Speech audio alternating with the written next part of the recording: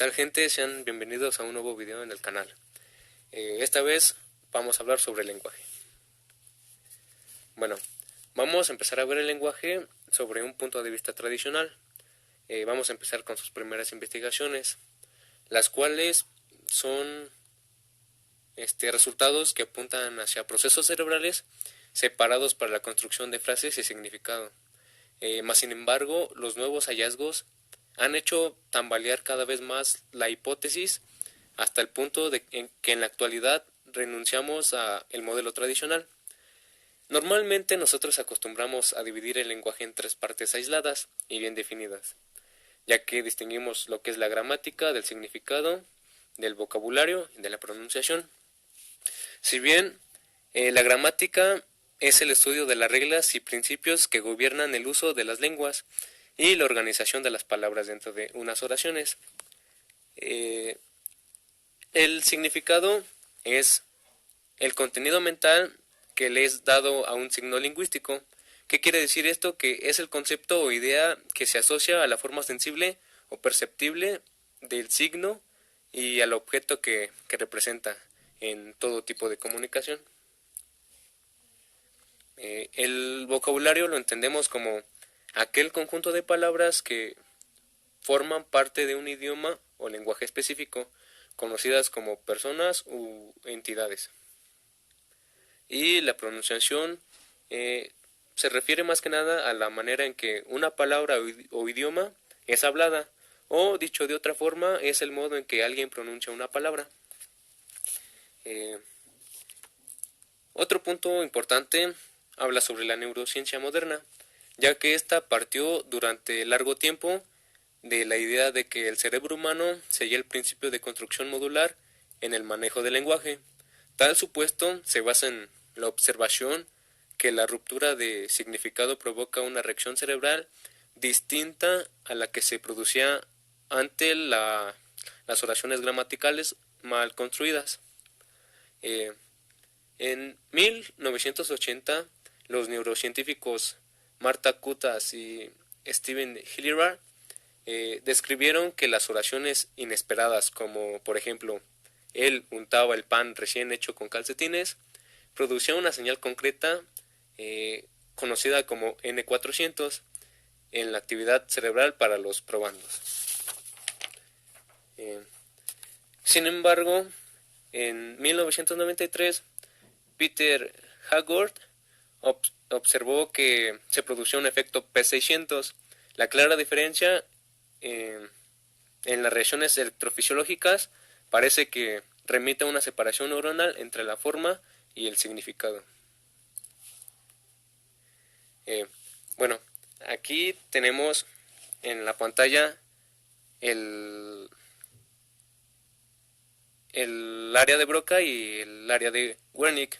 Bueno, la función variable del área de Broca se consideraba en primer lugar un lugar de producción del lenguaje, pero sin embargo más tarde pasó a ser la central gramatical del cerebro, que llegó a pensarse que solo era responsable de operaciones gramaticales concretas. En la actualidad, los datos sobre los cambios de activación en dicha zona cerebral parece indicar que la región cerebral no se halla implicada en una función lingüística específica, sino que contribuye al control cognitivo en general. De igual modo sucede con otras zonas del cerebro, entre ellas el área de Wernicke, responsable de distintos fenómenos que abarcan el ámbito lingüístico. Como podemos observar en la imagen, el área que está de color rojo es el área de Broca y el área en color verde es el área de Wernicke. El área de Broca ascendió de categoría, ya que de situarse en el lóbulo frontal de la corteza cerebral pasó a ser el centro de producción lingüística, mientras que el área de Wernicke en el lóbulo temporal se encontraría la comprensión lingüística.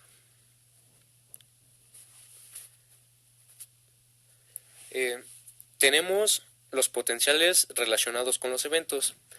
Estos potenciales son la respuesta cerebral medida en el resultado directo de un evento sensorial, cognitivo o motor específico, o dicho en otras palabras, es cualquier respuesta electrofisiológica estereotipada a un estímulo. El estudio del cerebro de esta manera proporciona un medio no invasivo para evaluar el funcionamiento del cerebro. Además de los potenciales relacionados con los eventos, es de gran importancia el electroencefalograma. Un electroencefalograma es un estudio que detecta la actividad eléctrica del cerebro mediante pequeños discos metálicos, conocidos como electrodos, fijados sobre el cuero cabelludo. Las células del cerebro se comunican a través de impulsos eléctricos y están activas todo el tiempo, incluso mientras duermes. Esta actividad se manifiesta como líneas onduladas en un registro electroencefalográfico. Bueno, mediante estas dos relaciones pueden registrarse las reacciones cerebrales ante estímulos de entorno inesperados. La medición se basa en el cambio del campo eléctrico en la superficie del cráneo que vuelve a retroceder según la actividad en el cerebro. La actividad conocida como normal o no alterada es constante y aleatoria. Un estímulo inesperado provoca, por el contrario, un cambio potencial temporal y espacial específico en la superficie craneal. Como podemos ver en la pantalla, hay dos imágenes, la A y la B. En la imagen A podemos observar que dice N400. El N400 es un componente de las señales de electroencefalografía bloqueadas en el tiempo, conocidas como potenciales relacionados con eventos, conocidas como PRE. Esta N400 es una desviación negativa que alcanza un pico de alrededor de 400 milisegundos después del inicio del estímulo, aunque puede extenderse de 250 a 500 milisegundos. Generalmente es máxima sobre los sitios de electrodos centroparietales. Además, el N400 es parte de la respuesta cerebral normal a las palabras y otros estímulos significativos que incluyen palabras visuales y auditivas, signos de lenguaje de señas, imágenes, caras, sonidos y olores. Como podemos ver en la imagen B, podemos observar el P600, el cual es un potencial relacionado con eventos o pico en la actividad eléctrica del cerebro medida por la electroencefalografía. Bueno, este es un potencial relacionado de eventos relevante para el lenguaje y se cree que produce al escuchar o leer errores gramaticales y otras anomalías sintácticas. Entonces se puede decir que es un tema de estudio común en experimentos neurolingüísticos que investiga el procesamiento de oraciones en el cerebro humano.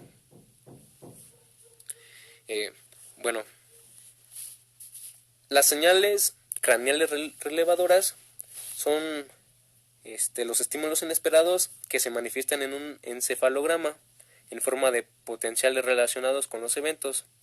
De este modo, 400 milisegundos después de oír o leer una palabra sin sentido en una frase, aparece una desviación negativa de la curva de las ondas cerebrales N400, como podemos observar en la figura A. Entonces, por el contrario, un error gramatical puede suscitar un P600, una elongación positiva que alcanzará su máximo después de 600 milisegundos, como se observa en la imagen B. La tensión negativa se presentará según la convección del sistema de coordenadas hacia arriba. La representación esquemática de las cabezas, como podemos observar en las imágenes en la parte superior izquierda, muestra la ubicación del electrodo medidor sobre la superficie craneal. Podemos observar en la imagen B que CZ describe la posición central en la mitad de la coronilla y en la imagen A, CP4 muestra una posición sobre la corteza parietal. Existen test de oraciones erróneas y una pregunta muy importante es ¿cómo reacciona el cerebro ante oraciones erróneas? Bueno, un significado inesperado o incorrecto debería producir un efecto electrónico cerebral de N400, como lo habíamos visto anteriormente. Pero Kolk y sus colaboradores encontraron un efecto P600. ¿Qué quiere decir? Que la señal se reservaba para la la gramática y no debía reflejar el significado. Este P600 semántico parecía desmoronar todo lo que se creía saber hasta el momento sobre la relación entre lenguaje y cerebro, entre sintaxis y semántica. Bueno, en sí, la conclusión de esto fue que el cerebro, ante información lingüística compleja, toma en consideración la propia experiencia para combinar las palabras y con ello ignorar la gramática. Además de todo esto, tenemos una gran diversidad lingüística. Con esto me refiero a que tenemos más de 6.000 idiomas. Y para esto, el cerebro humano puede concebir por caminos muy diversos oraciones con sentido. De todos modos, un encéfalo con una misma estructura es capaz de comprender los más de 6.000 idiomas. Entonces, quiere decir que un modelo neurolingüístico plausible debería explicar por qué nuestro cerebro puede manejar el inglés, el español, el alemán, el francés, el italiano, etc. Y se dice que para ello hay que renunciar al principio de construcción modular hasta ahora asumido, de manera que se atribuya a la información gramatical y semántica de la misma importancia. Entonces el encéfalo no realiza ninguna distinción clara entre sintaxis y semántica. Existe un amor muy arraigado por la secuencia y se puede notar de forma sobresaliente en la lengua inglesa, ya que la posición lineal de la frase establece los roles. Mas en cambio existen otros idiomas como el español, el alemán, el turco o el chino que gozan de una mayor flexibilidad. ¿Qué quiere decir esto? Que la posición lineal de las partes de la oración no determina el significado.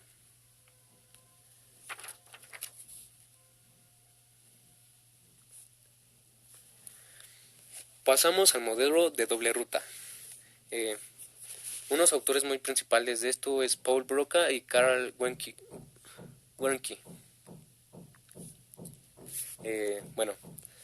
Paul Broca detectó un centro motor del lenguaje en el encéfalo, como lo podemos ver es el área roja señalada, y él postulaba que las personas con una lesión en dicha zona del lóbulo frontal padecían dificultades considerables para hablar. En las conclusiones de Broca se dice que esa área cerebral se encuentra en las representaciones de movimiento que sustentan las órdenes dirigidas a los órganos fonoarticulatorios. Estos órganos fonoarticulatorios son de gran importancia para la emisión y la comprensión de lo que es la voz, de lo que es el habla y de lo que es el lenguaje. Los órganos fonoarticulatorios son básicamente 5, que son la laringe, la faringe, las fosas nasales, las fauces y la boca. Por su parte, Wernicke recopiló todo el conocimiento sobre el procesamiento lingüístico neuronal que había en su época. Además, añadió al centro motor del lenguaje de Broca otra estructura en la que, según sus propias investigaciones, el cerebro almacenaba las imágenes sonoras correspondientes. En conclusión, se podría decir que el área de Broca comprende los aspectos motores del lenguaje y el área de Wernicke comprende los aspectos sensoriales. Existe una hipotética relación recíproca, que quiere decir que ambas áreas cerebrales solo pueden cumplir su misión si existe una relación recíproca continua. Además, existió un joven que hace 140 años describió el primer modelo de redes neuronales del lenguaje. Este joven supuso que existía una relación directa entre los dos centros, lo cual permitía que un niño aprendiese a hablar mediante la repetición. Wernicke, el pionero neurocientífico, erró la localización anatómica del enlace. Supuso que pasaba de modo ventral, es decir, en la parte inferior del encéfalo, por detrás de una estructura cerebral profunda, la ínsula. Después de mucho tiempo, otra había desempeñado un papel principal en las funciones de ambas regiones cerebrales, hoy en día conocido como el fascículo arqueado. Este cordón de fibra nerviosa une el área de Broca situada en el lóbulo frontal con el área de Wernicke, que sitúa en el lóbulo temporal. Se dice que los pacientes a los que les falla ese enlace son incapaces de repetir palabras que nunca han oído antes.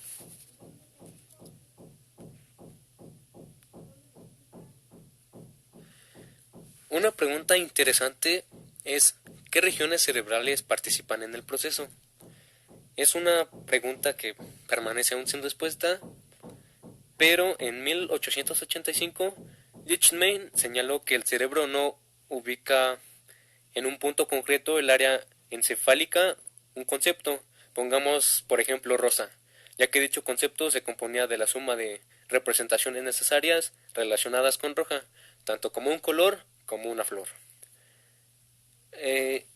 Según Wernicke, las representaciones repartidas por las regiones cerebrales deberían estar relacionadas con sendos centros lingüísticos, porque si no de otro modo no sería posible que comprendiéramos el contenido de las palabras o al revés, que expresáramos un pensamiento solo. En sí, se puede decir que los expertos se basaron durante más de 100 años en dos vías, como mínimo para explicar el proceso del lenguaje. Sin embargo, en la anatomía actual aparece solo el fascículo arqueado. Entonces una pregunta capciosa es ¿por qué se olvidó la ruta ventral señalada por Wernicke? Y una pregunta muy sencilla es porque Wernicke adjudicó la vía insular una función errónea. En 1969, el investigador John Morton propuso el modelo Logogen, en el que los componentes implicados en la comprensión lingüística intercambiaban información a través de diversas vías. Toda una novedad en aquel entonces, si tomamos en cuenta que la neurociencia de esa época no reconocía más que el único camino lingüístico. Vamos a hablar sobre las rutas lingüísticas y tomando en consideración la imagen que está en la pantalla, esta imagen reproduce el rumbo de las dos rutas lingüísticas del cerebro.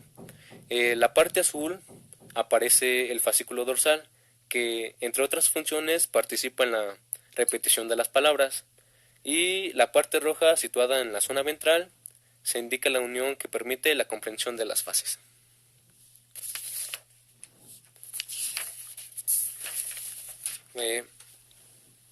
Es necesario hacer una revisión teórica clásica. Los neurolingüistas saben que para dominar el lenguaje no basta con la simple repetición de palabras. Una de las funciones principales de la vía del fascículo arqueado.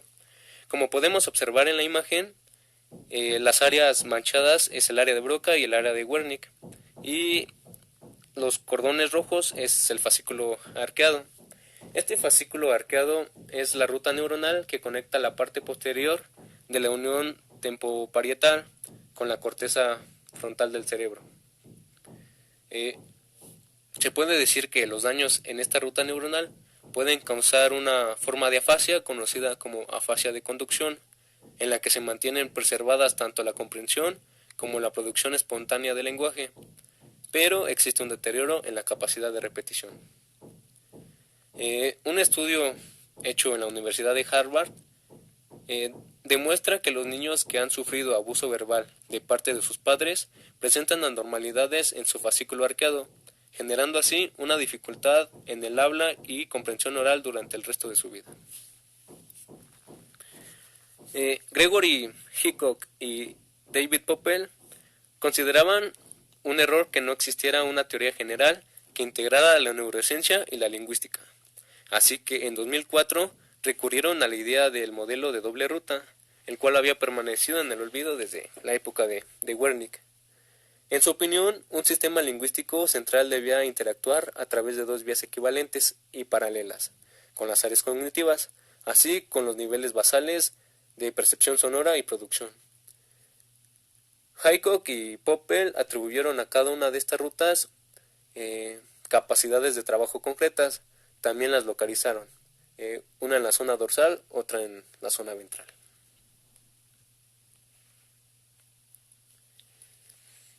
ahora hablaremos sobre el lenguaje y pensamiento. Si el lenguaje y el pensamiento abstracto representaran solo dos caras de una misma moneda, nuestro concepto de, pongamos otra vez el ejemplo de Rosa, y su representación lingüística serían idénticos. Pensar en la flor significaría activar la unidad lingüística correspondiente. En 1874, Wernicke manifestó que el lenguaje no es idéntico al desarrollo intelectual. Pensar y hablar son dos procesos totalmente independientes el uno del otro, que incluso pueden interrumpirse entre sí. Un personaje muy importante es Vygotsky, que en 1934 simbolizó esta reflexión y planteó que la región del pensamiento lingüístico o del lenguaje interior, dependiendo de si uno lo mira desde la perspectiva de pensamiento o desde la perspectiva del lenguaje.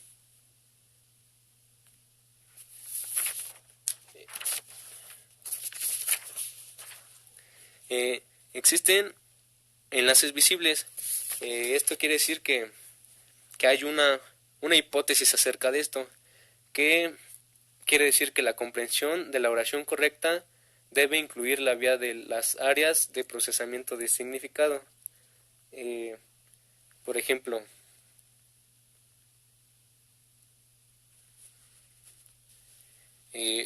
la comprensión de la oración requiere áreas superiores del encéfalo, que es la corteza asociativa, la cual se ubica por delante de la corteza motora y se relaciona con el control de la conducta y de las funciones ejecutivas, como por ejemplo la toma de decisiones y la planificación. También es importante para la expresión del lenguaje. Por el contrario, la repetición de las pseudopalabras activaba unas zonas cerebrales más cercanas a secciones basales. La idea del modelo de doble ruta puede explicarse desde una segunda versión. En el sistema visual existen dos vías de trabajo, en este caso la ruta dorsal, que la conocemos como el dónde, que codifica la posición espacial de un objeto. Se diferencia de la ruta ventral, que la podemos conocer como el qué, la cual procesa los atributos visuales y con ello el contenido de lo percibido. Existe una analogía con el sistema visual. Esta analogía a la ruta visual se basa en la vía ventral. Esta vía se encuentra involucrada en la comprensión del lenguaje y une regiones cerebrales que se encuentran inactivas en las tareas semánticas. De hecho, aquí tiene un lugar un fenómeno más que simple, una combinación de representaciones sonoras y de contenido, que es la estructura acústica prefabricada en la corteza auditiva y se analiza en categorías léxicas, semánticas y sintácticas. Los estudios de neuroimagen, o casi todos los estudios, muestran con relación a la gramática la actividad de regiones conectadas por la vía dorsal y la vía ventral. El preguntarse cuál de las dos vías es más importante es un poco ocioso, ya que se toma en cuenta que las dos vías son muy importantes y entonces es una ruta muy flexible. Además, existe un principio común, que el sistema dorsal une áreas de la corteza cerebral próximas a las regiones corticales primarias y con ello proporciona la base de un comportamiento estímulo-respuesta. Esto quiere decir que si se trata de un pensamiento simbólico y abstracto, entonces es la vía ventral la que se pone en marcha. Desde un punto de vista anatómico, ellos expresan las regiones de asociación más complejas que la corteza cerebral. Ahora vamos a hablar sobre las imágenes cerebrales, ya que hoy en día existen numerosas técnicas de neuroimagen, las cuales vamos a ver a continuación. Existe el dibujo a detalle exquisito. En las neurociencias modernas iniciaron su andadura en el momento en que los medios técnicos incrementaron la capacidad visual. A finales del siglo XIX, con la ayuda de la microscopía, se crearon herramientas cuyo uso debía aprenderse con frecuencia a partir de los años de esmerado trabajo.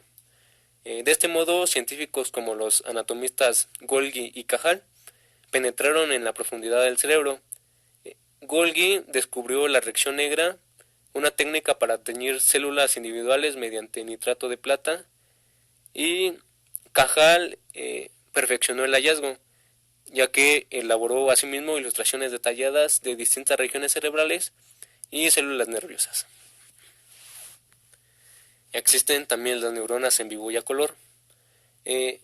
Aquí Jeff Lichtman y Joshua Sanes elaboraron un método de cerebroiridiscencia que es una respuesta elegante de este siglo XXI a las artísticas ilustraciones de Ramón y Cajal. Bajo la luz fluorescente se visualizan con todos los colores del arco iris, las neuronas de ratones, moscas o gusanos modificados genéticamente. De esta manera, los científicos observan en vivo las alteraciones de las neuronas y de su sinapsis. Incluso las graban en directo. Las neuronas a escala microscópica hoy en día pueden representarse con una resolución 100 veces mayor que con el microscopio óptico de la época de Santiago Ramón y Cajal. Sobre esta línea se reproduce una neurona con pequeños pinchos en sus prolongaciones. Estas espinas le sirven para comunicarse con otras neuronas.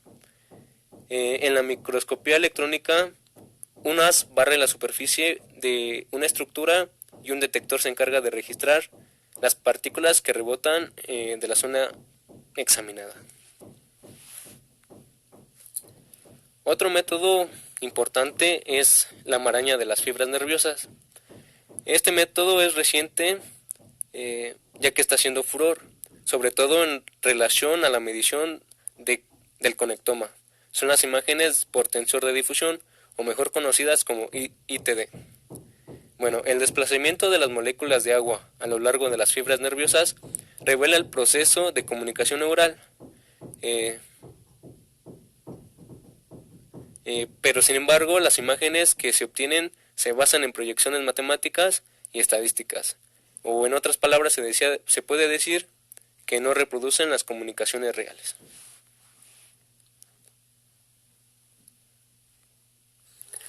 Las funciones en 3D, normalmente los neurocientíficos no miden vías concretas, como sugiere la imagen por tensor de difusión de la página contigua, sino puntos de datos concretos conocidos como voxeles.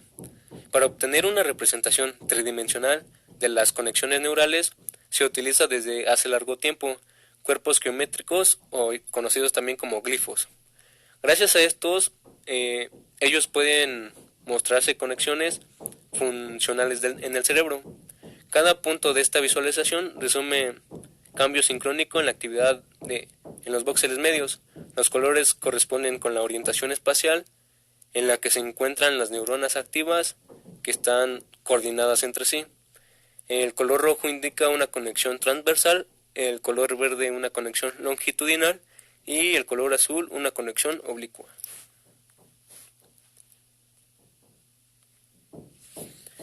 La libertad artística. Aquí hay un autor muy importante llamado Etienne Saint-Amand. Este autor ha confeccionado a partir de una imagen por tensor de difusión de su propio cerebro. Por lo general, estas imágenes muestran fibras nerviosas en color sobre fondo negro. El artista juega aquí con los colores, pero conserva la resolución detallada de la proyección.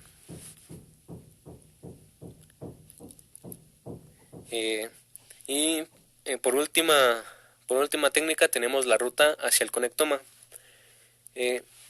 Además de la red anatómica del cerebro, hoy en día se investiga cada vez más el modo en que las conexiones cerebrales intervienen en la resolución de tareas determinadas.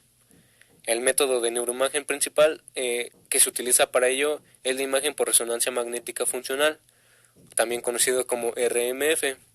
Esta técnica registra todos los cambios en el contenido del oxígeno en la sangre como resultado de la actividad de las neuronas. Para ello se mide la actividad de miles y miles de neuronas en un punto concreto, el voxel. La fuerza de comunicación entre los distintos voxeles puede calcularse a partir de la semejanza que su respectivo patrón de actividad, que aquellos que descargan con más o menos intensidad al mismo tiempo se hayan probablemente conectados entre sí.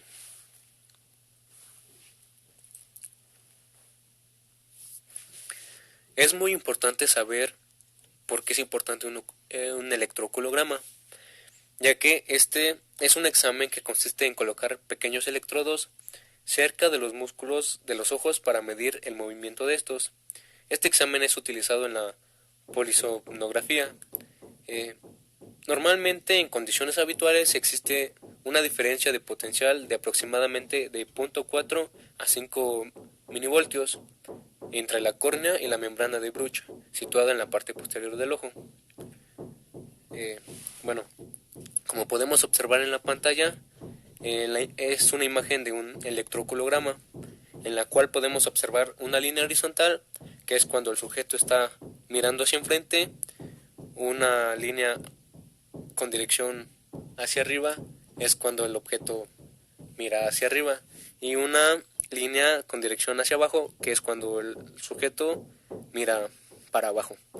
Y entonces nos podemos dar cuenta que cuando mira hacia arriba existe una amplitud mayor a 100 microvoltios, y cuando mira hacia abajo existe una amplitud menor a 100 microvoltios.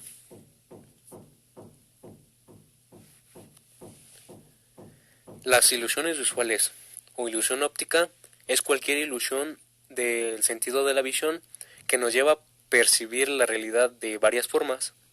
Puede ser de carácter fisiológico, asociado a los efectos de una estimulación excesiva de los ojos o el cerebro.